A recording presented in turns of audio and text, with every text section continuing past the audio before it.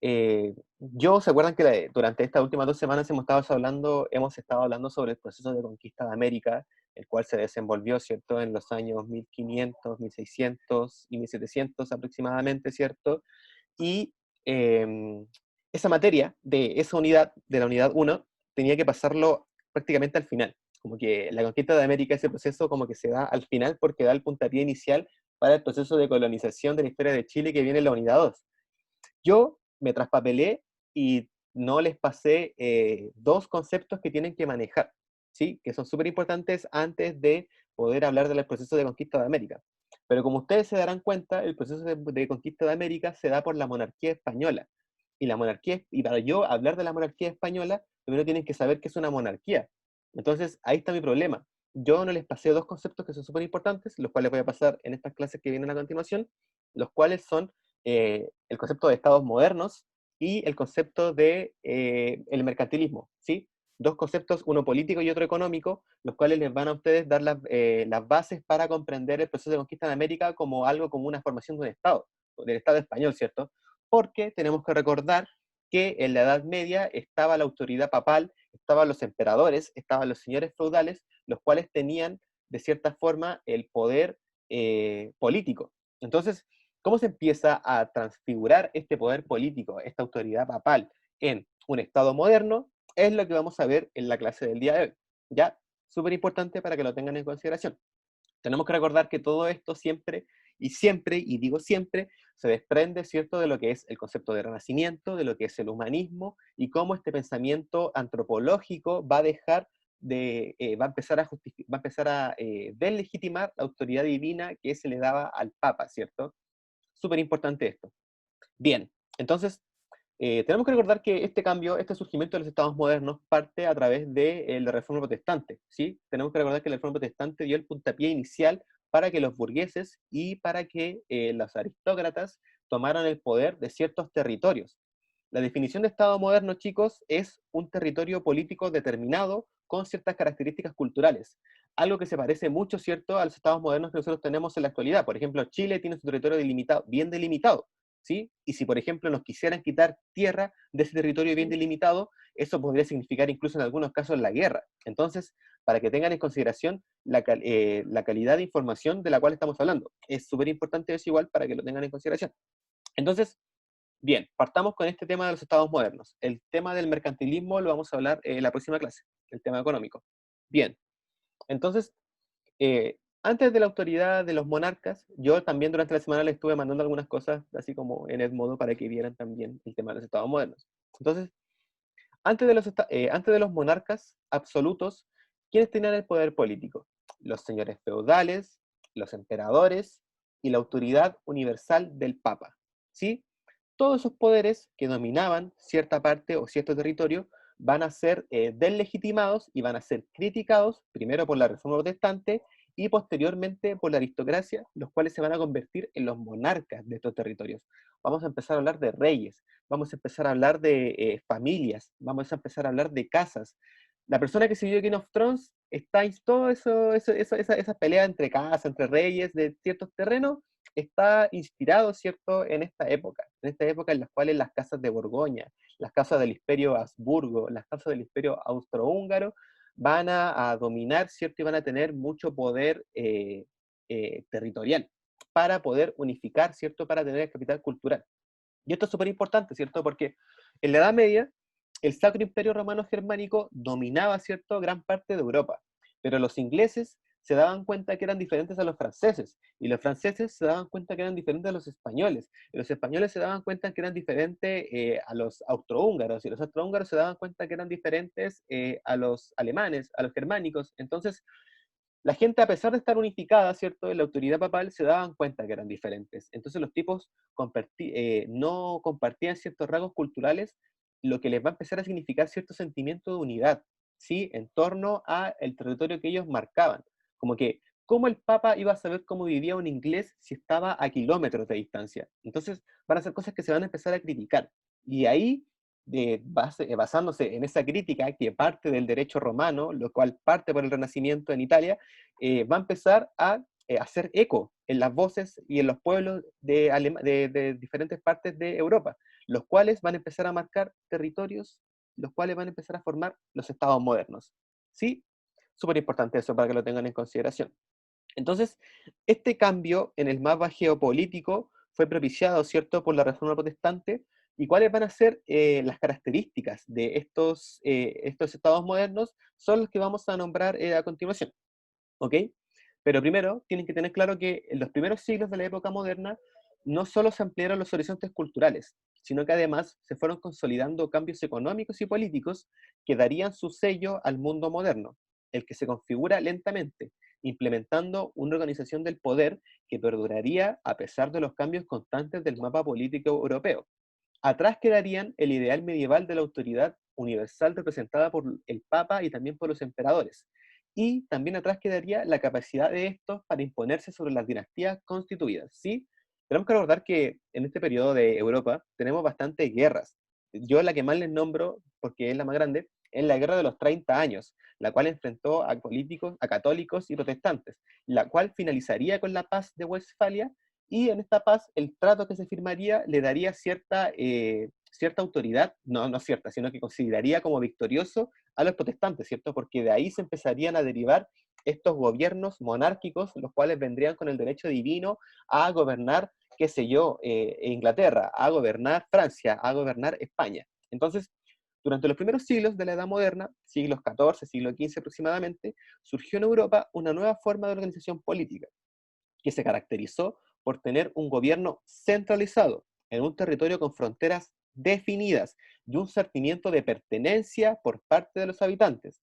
Su aparición se relacionó con las demás transformaciones que marcaron el paso de la Edad Media a la Edad Moderna.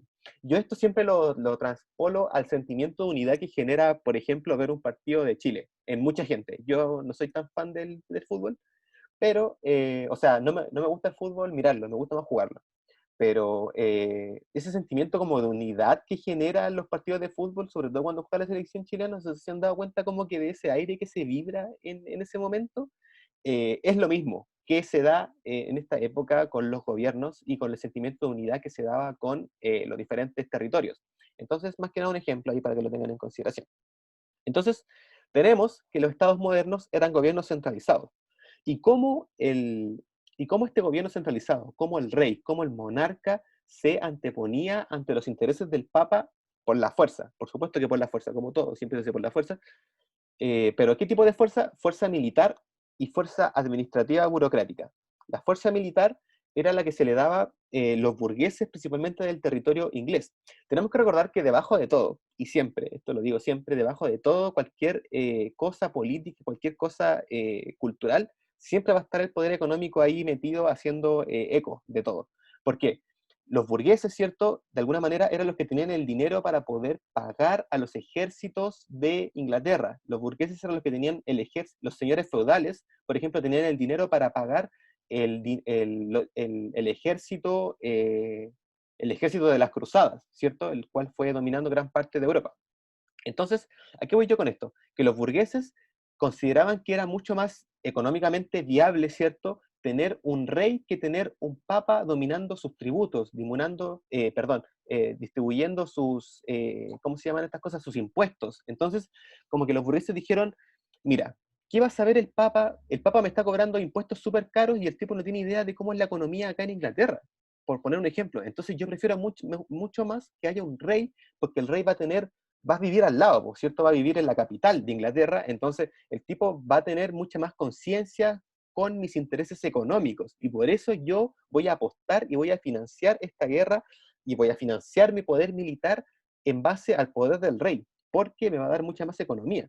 Y de este mismo precepto, de alguna manera, y de este sentimiento de unidad que se va a generar, por ejemplo, va a ser que los burgueses ingleses, por ejemplo, se van a aliar, van a dejar de pelear económicamente hablando, ¿cierto? Y se van a aliar y van a formar de alguna manera el monstruo de la economía inglesa, y así el monstruo de la economía francesa, y así el monstruo de la economía española. Y estos monstruos, de alguna manera que estoy hablando, eran monstruos, porque si ustedes ven la economía con números, así analizándola técnicamente, tecnocráticamente, se van a dar cuenta que la economía son monstruos gigantes peleando por quién tiene más poder económico que quién. Entonces, Así lo describiría, por ejemplo, Thomas Hobbes, uno de los grandes pensadores del sistema mercantilista, el cual va a imperar en esta época, ¿cierto? Y su libro se llama El Leviatán. Y cuando hace referencia a este monstruo que es el Leviatán, se refiere principalmente a los poderes económicos que están peleando por quién tiene el poderío y el centralismo económico. Por eso se habla que en esa época Inglaterra era una superpotencia, por eso se habla, perdón, que en esa época España era una superpotencia, ¿ok? Hoy en la actualidad también hablamos de monstruos económicos y mucho más grandes. Por ejemplo, ¿quién es la superpotencia en la actualidad? Ya, pues yo creo que todos sabemos quién es la superpotencia en la actualidad, ¿no? Bueno, China, ¿sí? Es la gran superpotencia económica la cual compite constantemente con Estados Unidos y con Europa y con toda Eurasia. Bien, entonces, súper importante eso igual para que lo tengan en consideración. Entonces, ¿cuál fue una de las principales causas de estos estados modernos? Los gobiernos militares, o sea, perdón, los militares, porque esto le va a dar el poder de la fuerza, ¿cierto?, para poder justificar su dominio territorial. Otro va a ser la monarquía por derecho divino. Tenemos que recordar que de alguna manera el rey siempre va a ser un enviado directo como de Dios. Entonces va a ser la representación de Dios en la tierra y la representación del pueblo que está representando en la tierra. Entonces, eso es súper importante a la hora de cohesionar un Estado. Y teniendo en consideración esto, entonces, como que el rey era un enviado divino, entonces eh, él era como la representación de cierto territorio. Monarquía por derecho divino se le llamaba. Y en ese aspecto se le daba mucho poder al rey, porque se le daba poder legislativo, se le daba poder ejecutivo y se le daba poder judicial. Y posteriormente esto va a ser criticado por la Revolución Francesa en el 1700. Tenemos que recordar que en esa época los reyes empiezan a caer, ¿cierto? Se les empiezan a quitar este poder y el poder se divide en un poder tripartito, el cual va a estar dividido por poder judicial, poder ejecutivo y poder legislativo. Tenemos que recordar que en esa época también se le cortó la cabeza al rey de Francia en ese momento, entonces, para que vean que el poder del rey era mucho, y como que la gente más adelante se va a dar cuenta de que los reyes no eran enviados directos de Dios, sino que eran seres humanos igual que todos nosotros. Entonces, súper importante es igual que lo tengan en consideración, pero más adelante, ¿sí? De hecho, a esta época que yo les estoy hablando en este momento, los franceses, en la Revolución Francesa, le van a llamar antiguo régimen, la caída del antiguo régimen.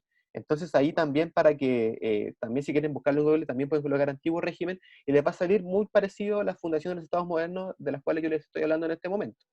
Sí, entonces, entonces tenemos estas características de derecho divino, tenemos la característica del poder militar, y también nos falta la otra característica que era el poder administrativo, ¿sí? El rey, como tenía el poder ejecutivo, legislativo y judicial, enviaba representantes, principalmente de la nobleza, ¿cierto?, para ir a las otras tierras en las cuales él tenía que hacer presencia. Por ejemplo, el rey se ubicaba en la capital, pero por ejemplo, en una ciudad al norte de Inglaterra, sigo inventando, necesitaban un representante del rey. Entonces, como el tipo, ¿cómo no iba a ser importante? Por cierto, ser el representante del rey, y este representante le daba cierta cohesión y poder administrativo, poder burocrático al gobierno en cuestión. Entonces, súper importante eso igual. Y otra característica va a ser el poderío económico, el cual se va a presentar mediante incentivos, mediante préstamos que van a realizar los banqueros, los cuales eran los burgueses. Y la última característica, que yo creo que es la más importante, va a ser el sentimiento de unidad cultural, la unidad lingüística y la unidad religiosa de los habitantes de cierto territorio le va a permitir a los reyes demarcar ciertos territorios para su control estatal. ¿Sí? Entonces, en lo político surgieron las monarquías nacionales, estamos claros, ¿cierto? Que centralizaron el poder, hasta entonces dividido entre múltiples señores feudales, y creció un sentimiento de unidad y pertenencia. La tendencia que se fue manifestando es con mayor claridad en unidades territoriales, donde los principales elementos de cohesión eran la unidad lingüística y religiosa de sus habitantes. En estos territorios, el poder real tuvo que someter a la nobleza y apoyarse en aquellos que veían en dicha centralización una garantía de ley y orden. ¿Quién eran esos tipos? Los burgueses, por cierto. Estos últimos eran fundamentalmente los burgueses, quienes estaban a favor de las pretensiones de los reyes, en cuanto se generaran las condiciones favorables para sus actividades económicas. Sí, más clarito, echarle agua. En lo social, crecieron las ciudades y se fue manifestando una creciente coincidencia de intereses entre la nobleza y la burguesía comercial. Sin embargo, la inmensa mayoría de la población, y esto es súper importante igual, siguió viviendo en el campo, ¿sí? La sociedad moderna continuó siendo una sociedad en la que primaba el privilegio, pero la burguesía fue tomando un lugar preponderante en la vida económica y política. Y esto es súper importante que sepan que la mayor cantidad de gente sigue viviendo en el campo porque va a ser la piedra angular de la Revolución Francesa que va a seguir al antiguo régimen, ¿no es cierto? Estamos hablando de historia que va a seguir más adelante que todavía no nos toca ver. Entonces, súper importante eso igual para que lo tengan en consideración. Em, Encabezados por un rey, estos estados buscaron extender su territorio por medio de la guerra o las alianzas matrimoniales. Y aquí viene todo este tema de las casas, todo este tema de Juego de Tronos, se podría decir. Entonces, ¿qué estaba yo? Procuraron incrementar sus alianzas matrimoniales, procurando acrecentar su riqueza y su poderío militar a través de un ejército pagado permanente. ¿Quién pagaba ese ejército pagado permanente? Los burgueses, ¿cierto? Para ello se fortaleció la centralización del gobierno, el que debía ser más eficaz y organizado, mientras que el vínculo de obediencia del súbdito al monarca reemplazó a la anterior relación feudal de lealtad de un vasallo a su señor. ¿Sí? Como les digo, este sistema político, el cual fue denominado Antiguo Régimen, va a tener distintos nombres en distintas partes de Europa. Sin embargo, representan el mismo ideal, por cierto, pero le cambian el nombre más que nada para que no parecerse los unos a los otros. Y aquí estamos con cosas, y es más que nada para eso. Por ejemplo, pero igual es importante mencionarlo, porque igual esto después va a empezar a diversificar el poder de la democracia. Entonces, eh, existieron principalmente las monarquías autoritarias, las cuales van a ser las con mayor poder económico y también con mayor poder político en esa época. ¿Cuáles fueron las monarquías autoritarias de esta época? Inglaterra, Francia y España principalmente, ¿cierto? Las tres grandes superpotencias de aquella época. También existieron monarquías selectivas, es decir, que fueron monarquías mucho más democráticas. No obstante, eso no quiere ser que sea sinónimo de prosperidad económica, porque como les digo, las monarquías autoritarias fueron las que tuvieron más poder. Y estas monarquías selectivas fueron Polonia y Hungría, principalmente. También en el norte de Europa existieron uniones, las cuales igual eran de alguna manera monarquías, pero entre diferentes estados. Estaba la Unión de Kalmar, la cual estaba constituida por Suecia, Noruega y Dinamarca, ¿sí? Lo cual era como el Estado nórdico, se podría decir, por cierto. Seguía siendo un Estado moderno, pero se le denominó Unión de Kalmar, pero si uno analiza las características, es un Estado nórdico o un Estado moderno. También van a existir casas reinantes con gran influencia, como por ejemplo la Casa de Borgoña, la Casa de Austria, las familias Habsburgo, las cuales tenían mucho poder en España, tenían mucho poder en Austria y también tenían mucho poder en Hungría. Y esto es súper importante mencionarlo, chicos, porque estas casas de alguna manera van a representar lo que son las ciudades-estado en Italia. Tenemos que recordar que probablemente ciudades como Florencia, Milán, Venecia, ¿se acuerdan que les hablamos de esto mucho al comienzo, que estas ciudades se empezó a difundir el conocimiento del Renacimiento? Aquí empezaron a hacer estas familias, po. Y estas familias como que yo creo que miraban todo lo que pasaba en Europa, así como la guerra, y decían, chuta, lo que creó el que yo haya transcrito todo este conocimiento romano a este nuevo mundo del Renacimiento. Por eso es que se le llama Renacimiento también, pues recuerden que la Edad Media fue una edad que se dice, en verdad, yo no creo que sea eso tan cierto, que fue una edad muy oscura donde no hubo conocimiento y que el Renacimiento vino de alguna manera. El Renacimiento tenía que venderse como el gran cambio, y lo fue, la verdad que lo fue, pero de alguna manera también fue apoyado por toda esta influencia, de alguna manera económica, que tenían los burgueses dentro de todo esto que estamos hablando. Súper importante igual.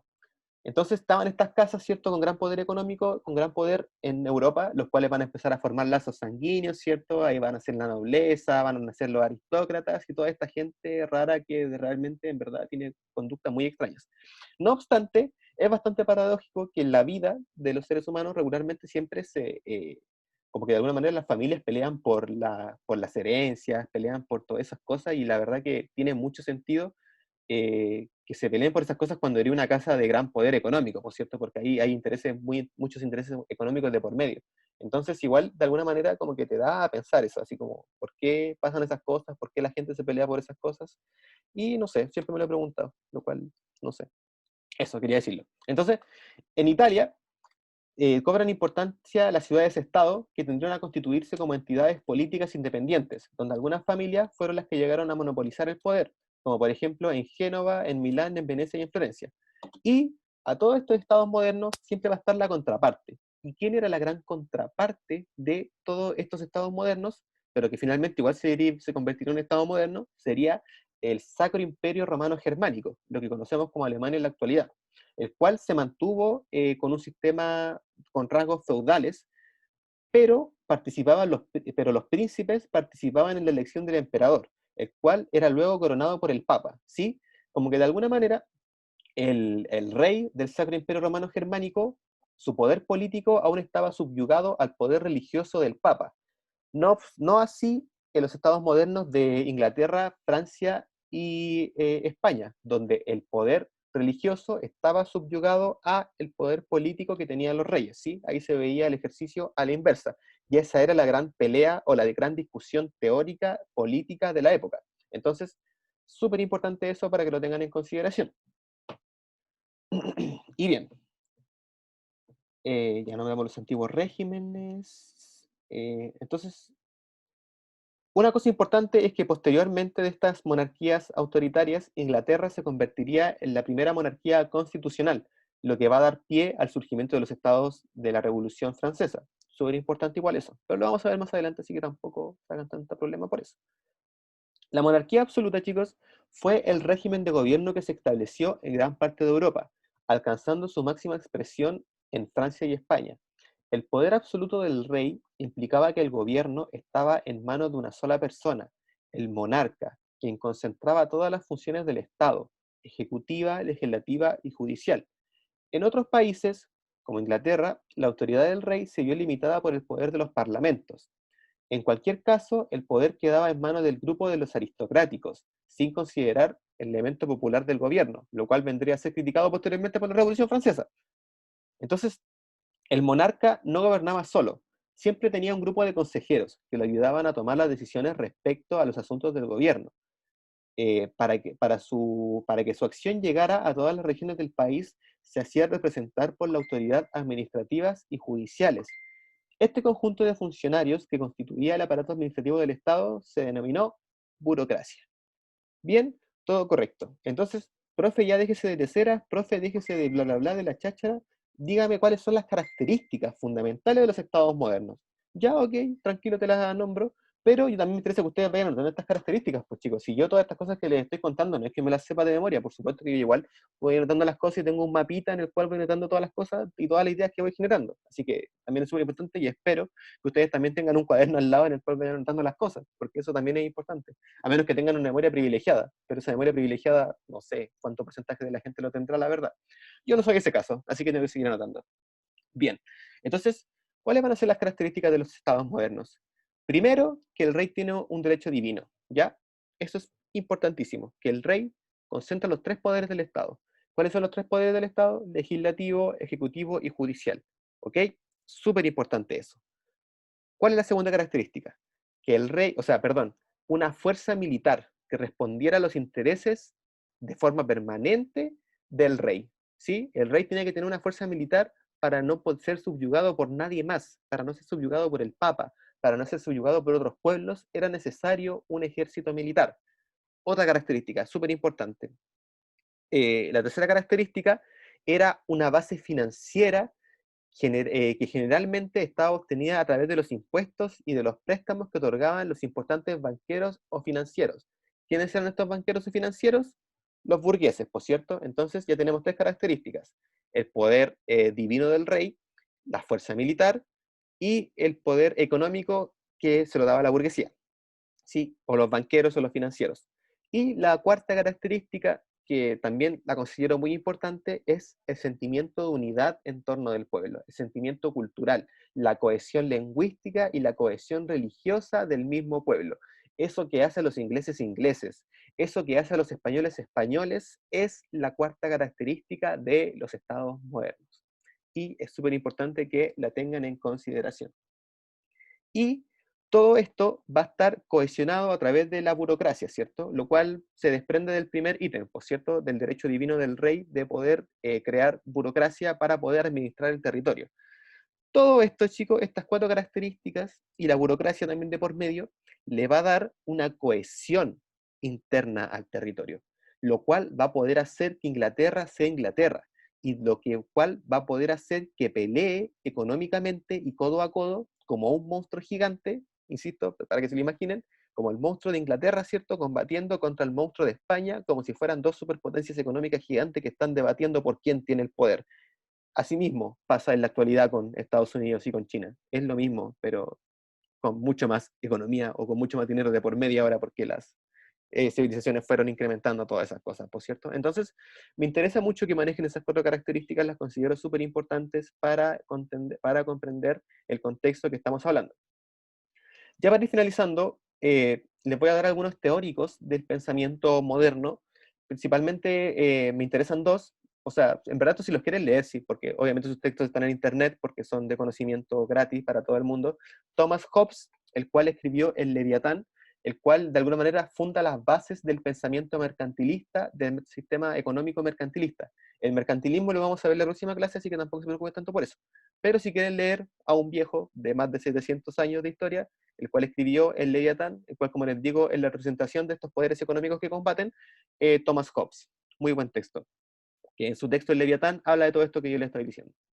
Y también está el teórico de esta política, el teórico de este sistema de los estados monárquicos, el cual fue Nicolás Maquiavelo, perdón, quien en su texto, El Príncipe, ¿cierto?, de alguna manera habla de cómo debería ser el orden correcto de la fundación de estos estados modernos, cómo deberían ser gobernados, cómo debería ser un rey para poder gobernar de forma correcta a su pueblo. Entonces, Nicolás Maquiavelo, El Príncipe, 10 de 10 el texto, se lo recomiendo también. Y eso, chicos, ha sido la clase de hoy. Los que no han anotado, los que no han colocado su nombre en la lista, por favor, vayan haciéndolo, porque es muy importante para los que tengamos en consideración. Y eso, pues, ¿alguna duda, alguna consulta? No, no entendieron nada, lo siento. Bueno, espero que estén muy bien, espero que sus familias también estén muy bien, y espero que esto pase pronto. Y eso, pues, se me cuidan, que tengan un muy buen fin de semana y nos estamos viendo en la próxima clase. ¿Ya? Hagan las cosas en el modo, también es súper importante. Recuerden que la guía número 8 que yo mandé es toda esta materia que yo estoy mandando, así que para que la hagan. Los que ya la hicieron, bien, ya tienen la materia de este estado moderno, correcto, todo bien. Y si me lo mandaron, cero atado. Pero los que no la han hecho, que probablemente sea la mayoría, hagan la guía número 8 y yo también la voy a volver a republicar el lunes para que la tengan ahí el acceso a un clic de distancia. ¿Ok? Así que eso, se me cuidan, que estén muy bien y nos vemos la próxima semana. Chao, profe, Chao, cuídese. profe. Chao, profe.